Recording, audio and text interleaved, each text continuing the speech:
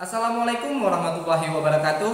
Pada kesempatan ini, pada pertemuan ini, kami dari kelompok 2 ingin mempresentasikan tentang bentuk tes subjektif. Yang kami bahas di sini adalah pengertian, kemudian kelebihan dan kelemahannya, macam-macam bentuk tes subjektif, cara menyusun soal esai, kemudian yang terakhir adalah cara memberi skor soal esai. Sebelum masuk ke pembahasan, inilah anggota dari kelompok 2. Perkenalkan, nama saya Muhammad Saputra dari Universitas Al-Muslim Aceh. Perkenalkan, nama saya Muhammad Gilang Hendrawan dari IKIP Siliwangi Bandung. Nama saya Muhammad Kodriman dari IKIP Siliwangi Bandung. Perkenalkan, nama saya Ismi Nadiroh Larasati dari Universitas Bhinneka PGRI Tulungagung.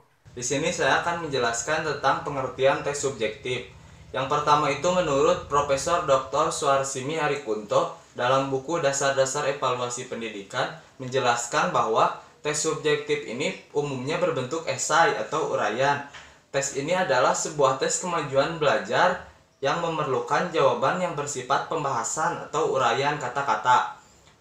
Ciri-ciri dari tes ini biasanya diawali dengan kata bagaimana, jelaskan, simpulkan, uraikan, dan sebagainya. Soal-soal tes ini biasanya tidak banyak, hanya sekitar 5-10 soal dalam waktu sekitar 90 menit sampai dengan 120 menit. Kemudian dalam buku ini pun menjelaskan tes esai ini menuntut siswa memiliki kreativitas yang tinggi. Maksud dari ini adalah, jadi dalam tes ini siswa memiliki kebebasan untuk memilih, menentukan, ataupun menggabungkan pengetahuan-pengetahuan yang telah mereka punya untuk menjadi sebuah jawaban, sehingga otomatis siswa dituntut untuk memiliki kreativitas untuk menyusun suatu jawaban tersebut. Kemudian menurut Profesor Soekardi, secara ontologis tes subjektif ini adalah bentuk tes tertulis yang merefleksikan kemampuan berpikir siswa. Kenapa demikian? Karena kemungkinan besar dalam tes ini setiap jawaban antara satu siswa dengan siswa lainnya akan berbeda atau bervariasi, sehingga otomatis setiap jawaban yang berasal dari siswa tersebut akan merefleksikan sejauh mana kemampuan berpikir siswa tersebut. Dan dalam tes ini pun akan memunculkan subjektivitas dalam penilaian, karena setiap jawaban dari siswa kemungkinan besar akan bervariasi. Kemudian menurut Profesor Dr. Umar Hamalik dalam buku Proses Belajar Mengajar menjelaskan juga tes subjektif ini adalah bentuk tes yang berdasarkan pendapatnya sendiri. Tentu saja karena seperti di awal, siswa di dalam tes ini memiliki kebebasan untuk memilih, menentukan jawabannya sendiri, sehingga otomatis jawaban yang keluar dari siswa tersebut akan berdasarkan pendapatnya sendiri. Dan kemungkinan jawaban antara siswa satu dengan yang lainnya pun dalam tes ini seperti sudah saya jelaskan di awal akan berbeda, sehingga otomatis jawaban yang keluar dari siswa itu akan berdasarkan pendapatnya sendiri. Kelebihan tes subjektif.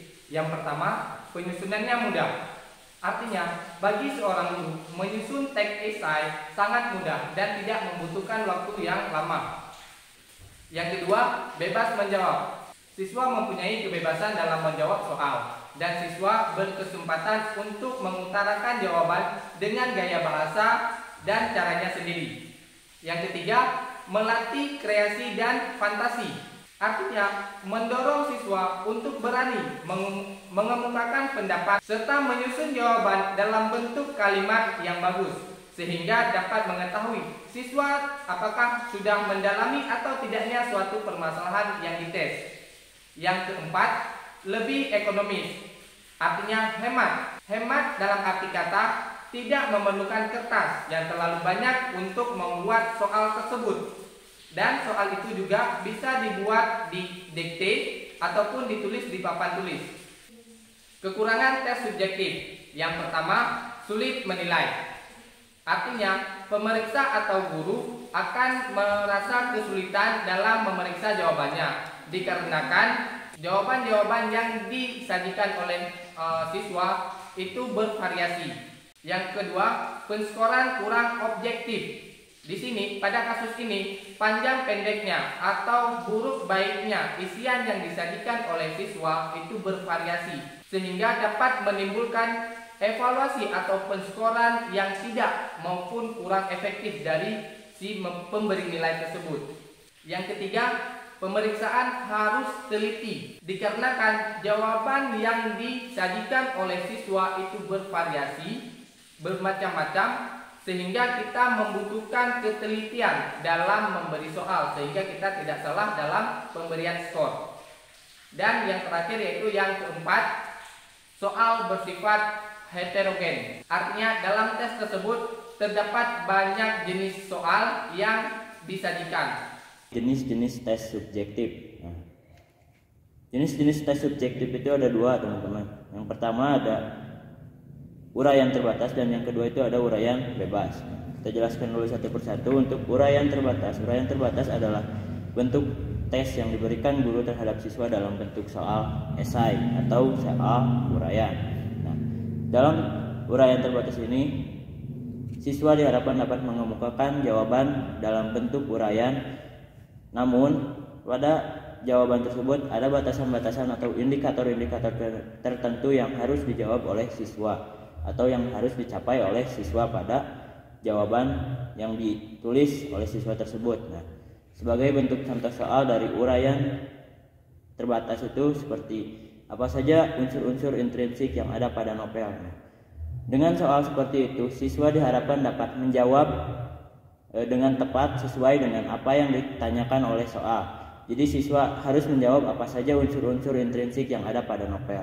Meskipun nantinya akan bermacam-macam jawabannya atau variatif jawabannya, dimungkin karena itu datang dari berbagai referensi atau sumber. Nah, namun tetap guru harus mempunyai indikator-indikator tertentu dalam melakukan penilaian terhadap jawaban yang ada pada jawaban siswa. Nah, itu yang pertama. Lalu yang kedua ada uraian bebas. Nah, di uraian bebas ini berbeda tentunya dengan uraian terbatas. Nah, uraian bebas ini memiliki tiga perbedaan dengan uraian terbatas yang saya tangkap. Pertama itu dari bentuk soal, dari bentuk jawabannya, dan yang ketiga tentu dari penilaian. Nah, tiga hal ini memiliki keterkaitan semuanya. Yang pertama bentuk soal. Nah, bentuk soal ini uraian bebas memiliki soal-soal yang lebih untuk mengeksplor diri masing-masing siswa. Seperti kita akan tahu bagaimana siswa dapat memberikan pendapat dalam suatu soal. Lalu kita dapat tahu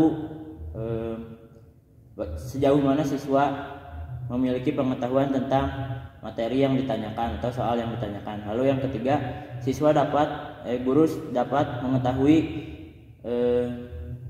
sejauh apa pengalaman siswa gitu. Nah, sebagai bentuk contoh soalnya seperti apa saja yang kamu ketahui cara menghargai seseorang yang lebih tua. Nah, bagaimana cara menghargai seseorang yang lebih tua, mungkin begitu ya. Nah, tiga contoh soal ini bisa mengeksplor diri siswa itu. Seperti siswa akan menjawab sesuai pengetahuannya, pengalamannya, dan kemampuannya dalam menyampaikan pendapatnya, begitu teman-teman. Nah, jadi di uraian bebas ini siswa lebih dibebaskan dalam memberikan jawabannya tergantung atau sesuai dengan apa yang dia pahami mengenai soal yang ditanyakan. Nah, lalu dibentuk penilaian. Dibentuk penilaiannya pun guru memiliki indikator-indikator tertentu, namun ini hanya sebagai bonus atau nilai tambahan menurut saya bagi siswa yang menjawab, dan di jawaban siswa itu terdapat indikator-indikator yang guru inginkan atau guru harapkan gitu. Nah, cara menyusun tes esai. Yang pertama ada meliputi ide-ide pokok. Maksudnya, pertanyaan yang ada diberikan meliputi ide-ide pokoknya saja. Jika pertanyaan tersebut berdasarkan suatu bacaan. Yang kedua, yaitu dilengkapi dengan kunci jawaban. Soal yang diberikan atau dibuat haruslah dilengkapi juga dengan kunci jawaban yang benar, agar memudahkan kita untuk mengevaluasi jawaban dari siswa. Yang ketiga, pertanyaan bervariasi. Pertanyaan yang diberikan harus bervariasi, bukan monoton. Soal yang diambil harus mencakup materi yang sudah diberikan kepada siswa. Kalau bisa, soal yang diberikan jangan hanya sebut dan jelaskan, tetapi bisa disertai oleh alasan juga. Keempat, mudah dipahami. Jika soal itu terlalu berbelit-belit, siswa tidak akan paham maksud dari pertanyaan yang diberikan. Bisa juga mengganggu konsentrasi siswanya karena harus memahami ulang soal tersebut pada waktu yang diberikan terus berjalan. Yang kelima, soal harus spesifik. Artinya, soal yang diberikan sesuai dengan jenis tingkatan soal tersebut. Jika soalnya esai, jawabannya juga esai. Yang keenam, soal tidak disalin dari buku. Jika membuat soal, buatlah soal tersebut seolah-olah mengetes ingatan siswa terhadap materi yang sudah diberikan. Artinya, soal jangan sama persis dengan tulisan yang ada di buku. Pedoman memberi skor soal isi atau soal uraian itu ada dua. Yang pertama, pemberian skor untuk soal uraian objektif dan pemberian skor untuk soal uraian non objektif. Yang pertama, kita bahas dulu pemberian skor untuk soal uraian objektif. Nah, langkah yang pertama yang harus dilakukan adalah memberi kunci jawaban pada setiap soal. Soal uraian objektif ini sama juga dengan soal uraian terbatas. Contohnya misalnya, apa nama ibu kota dari Provinsi Aceh? Otomatis jawaban yang benarnya adalah Banda Aceh, tidak mungkin yang lain.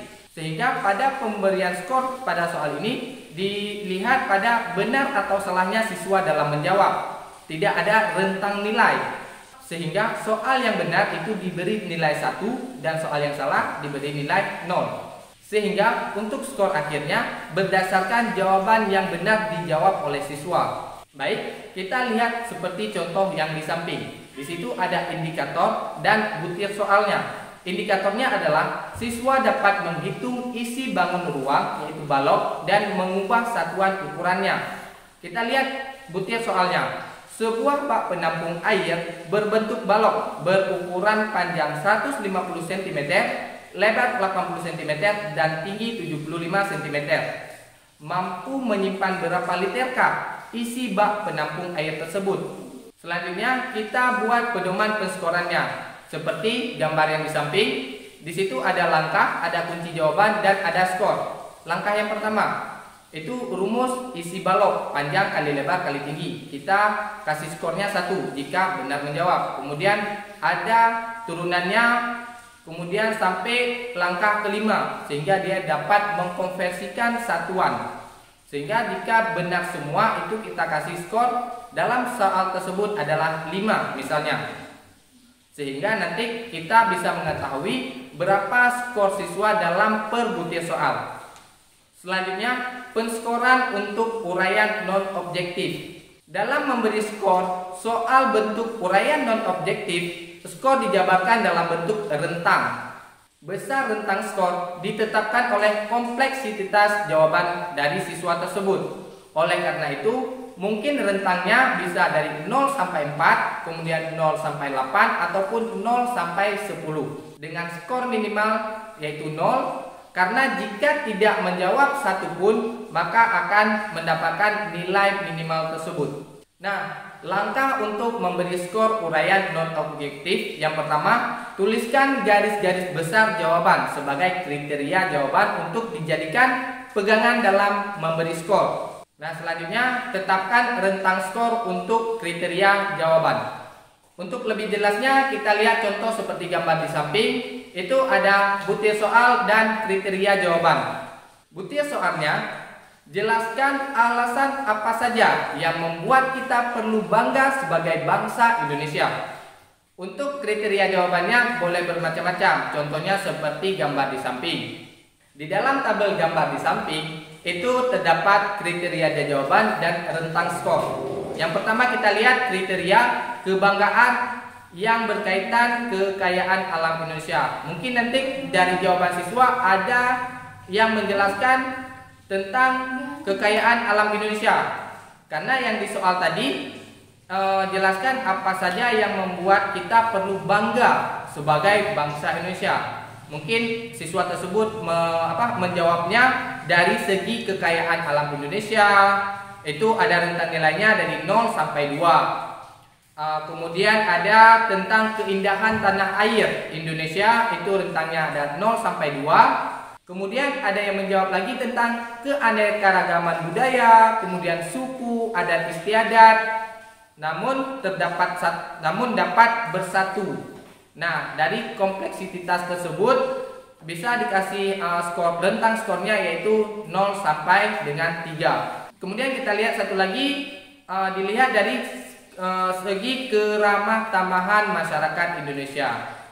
Itu nilainya rentang skornya 0 sampai 2. Sehingga skor maksimumnya itu adalah 9. Nah, jika sudah kita tetapkan kriteria tersebut, kemudian untuk mencari nilai tiap soal bisa kita gunakan rumus seperti gambar di samping, yaitu skor perolehan siswa dibagi dengan skor maksimum tiap butir soal dikali dengan bobot soal. Nah, untuk bobot soal ini sendiri bisa ditentukan dengan tingkat kesukaran dari soal tersebut.